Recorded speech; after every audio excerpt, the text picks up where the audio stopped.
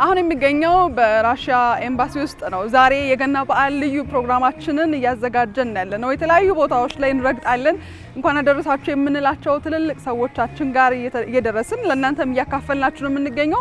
በአዲስ አበባ የሚገኘው የሩሲያ ኤምባሲ ውስጥ ስንገኝ እንዳጋጣሚ ሆኖ ለበዓል የተዘጋጀ ለተስፋ አዲስ የካንሰር ህሙማን ህጻናት የተዘጋጀ ልዩ ፕሮግራም አለው። የሩሲያ ኤምባሲ በአመት 3 ጊዜ እነዚህን ህጻናት እዚህ ግቢ በመጋበዝ የተለያዩ ፕሮግራሞችን በማዘጋጀት ዝማሬዎችን፣ ስዕሎችን እንዲስሉ፣ ጨዋታዎችን እንዲጫወቱ ያደረጋቸው ጥሩ ጊዜ እንዲያሳልፉ ያደርጓቸዋል እና ህጻናቶቹ በጣም ደስ ብሏቸው መዝሙር እየዘመሩ በዓልንም እንደ በዓል እያሳለፉ እንደሆነ እየተመለከትን ነበር። የእነሱን ግን ቆይታ ካየን በኋላ በኢትዮጵያ የሩሲያ አምባሳደር ጋር ጥቂት የበዓል ቆይታ የምናደርግበት ጊዜ ነው የሚሆነው ተከታዩ ሰዓታችን። በያላችሁበት መልካም ገና መልካም በዓል እንዲሆንላችሁ በድጋሚ እመኛለሁ።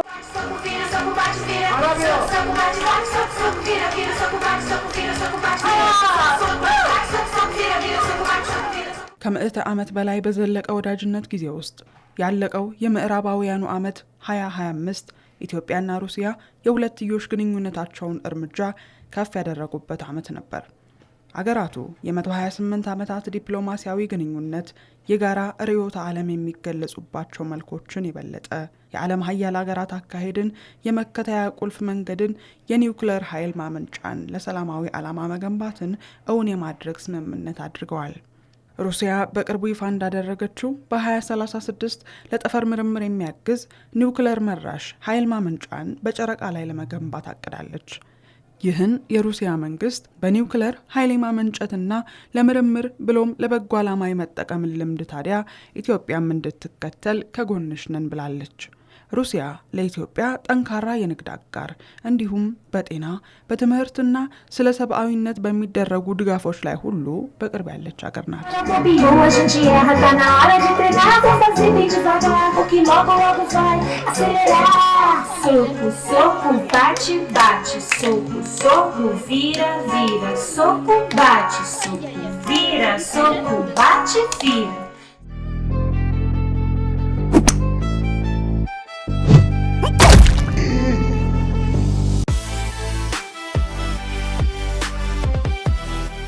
ተመልካቾቻችን አሁን ደግሞ ወደ አምባሳደሩ ጋር መተናል። በኢትዮጵያ የሩሲያ አምባሳደር ይቭጌኒ ትሪዮሂን አጠገብ ያሉ ከሳቸው ጋር የገና በዓል ስለሆነ አጠር ያለ ግን ቆንጆ ቆይታ እናደርጋለን። እንደምን አሉ?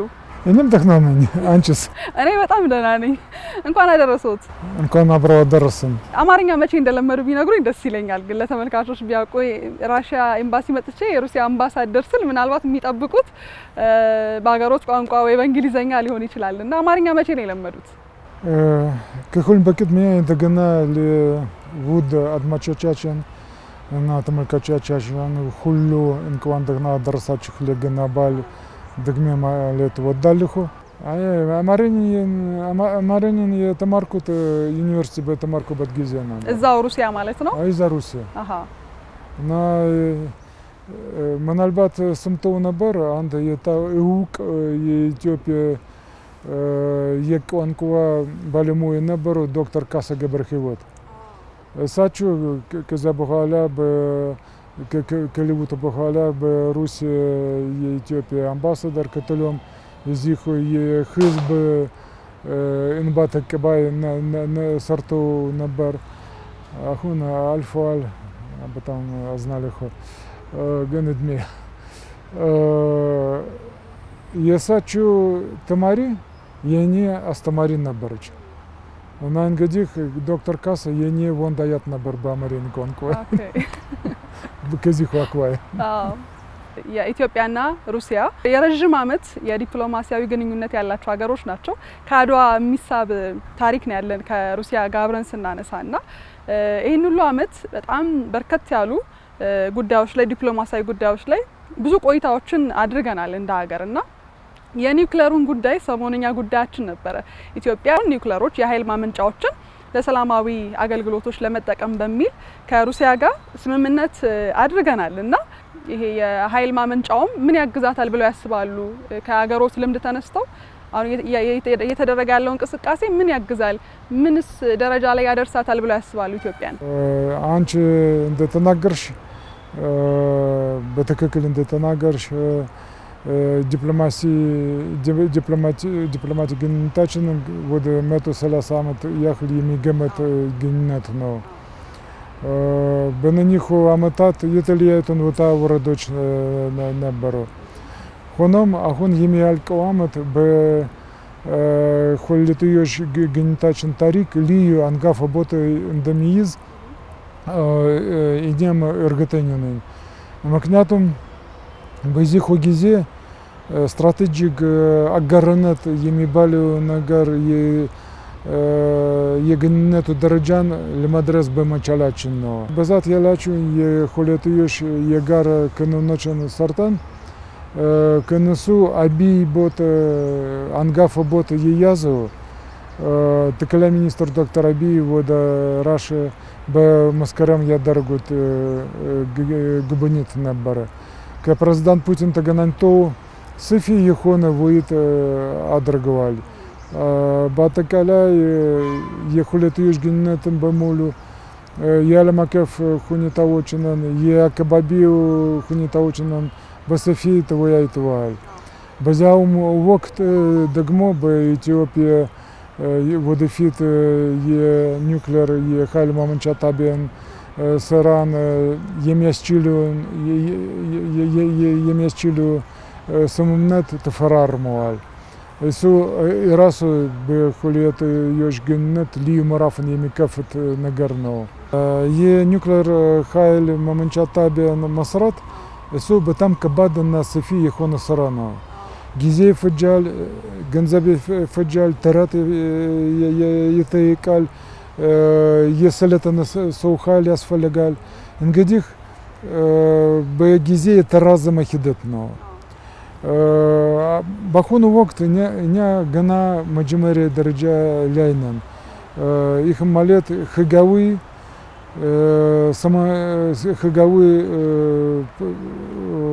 ሰንሰለቶችን የምናልፍ ነን። ከዚያ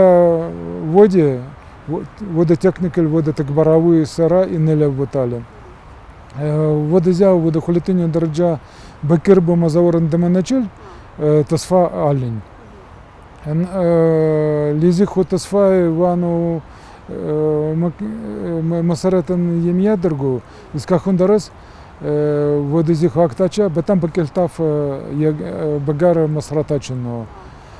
ምንም ሳንዘገይ ምንም ሳናረዝም በሙሉ ሁለቱ ወገኖች ሙሉ ምኞት ተደግፈን አብረን በጣም በቀልጣፋ እንሰራለን። በመሰረታዊነት አሁን ያለንበት ጊዜ ዲጂታላይዜሽን የሚፈልግ ሳይበሩ ላይ በጣም ዲፔንድ ያደረገ ከዛ በተጨማሪ ግን አሁን እንዳልነው የኒውክሌር ኃይል ማመንጫን ለሰላማዊ አገልግሎት መጠቀም በሚለው ደግሞ አካሄድ ያለው ደግሞ ትልቁ አገራዊ ጉዳያችን ስለሆነ ነው ይሄንን እንድናነሳ የፈለኩትና ሩሲያና ኢትዮጵያ አሁን ያለውን ግንኙነት እንደያዙ ሆኖ እዚህ ድረስ ሰላማዊ የሆነ ጥሩ የሆነ ግንኙነት እንዲኖራቸው በመሰረታዊነት ግን እንደዚህ ጉዳዮች አንድ ለሶስት ጉዳዮችን ብናነሳ ደስ ይለኛል። ምንድነው እንደዚህ ጥብቅ ያለ ግንኙነት እንዲኖረን ያስቻለን?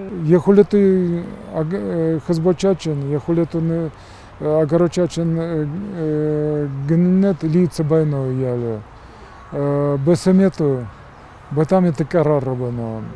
ይህ ምናልባት ከሌሎች ሀገሮች ጋር ካለን ግንኙነት በጣም ልዩነት ያደረገው ነው። ይህ ግንኙነት የሚመሰረትበት በጋራ መተማመን፣ መወዳደድ፣ መከባበር ነው፣ መረዳዳት ነው። መቼም ቢሆን በታሪካችን ሁላችንም በአንድ በኩል ነበረ። ከጋራ ጠላቶች አብረን ስንታገል ቆይተናል። አብረን በጋራ ድሎችን ተደስተናል እና እንግዲህ ከዚህ በመነሳት ሁለቱ ህዝቦቻችን የማይነጣጠሉ ናቸው ብዬ እገምታለሁ። ይህ ወዳጅነት ይህ ግንኙነት መቼም የማይደፈር ነው። ይህ ዋናው ነገር። ለገና በዓል ብለን ነው እርሶ ጋር የመጣ ነውና ግቢ ደግሞ ስንመጣ ድግስ አለ። ቆንጆ ጊዜ አሳልፈን ነው ወደ እርሶ ጋር የመጣ ነውና በሩሲያ የነበረው ግን የገና አከባበርን ሲያስታውሱና ኢትዮጵያ ሆነው ሲያከብሩ ያለውን እስቲ ትንሽ ነገር እንስማ ከርሶ። ገና በዓል የሚመነጨው ከቤተ ክርስቲያን ታሪክ ነው። የሩሲያ ኦርቶዶክስ ቤተ ክርስቲያን ከኢትዮጵያ ተዋሕዶ ቤተ ክርስቲያን በጣም የተቀራረቡ ቤተ ክርስቲያናት ናቸው። ስለሆነም የነሱ በዓላት በጣም ተመሳሳይ ናቸው። በቅድሚያ በአንድ ቀን የሚከበሩ ናቸው። እኔ ብዙ ማስታወስ አያስፈልግኝም መቼም የትኛው በዓል ይሆናል፣ ምክንያቱም እንደ ሩሲያ ውስጥ ነው። በሌላም በኩል ደግሞ የጸሎቱ የአከባበሩ ደግሞ በጣም የተቀራረበ ነው። በእውነት ልዩነቶች ሳይኖሩ አይቀሩም። ኢትዮጵያ ውስጥ ገናን ለማክበር ስንዘጋጅ በአካባቢያችን አረንጓዴ ሳር፣ መልካም አየር፣ ፀሐይ ሁሉም አለ። እኛም ጋር በአሁኑ ወቅት በጣም ብርድ ነው። ሁሉም መሬት፣ ሁሉም ቤት በበረዶ የተሸፈነ ነው። እንትኑ ሙቀቱ ከዜሮ በታች ነው። ቀኑ ራሱ በጣም አጭር ነው እና እንግዲህ ፀሐይ እንደዚህ እንደ ምኞት እንደ ልብ የለም።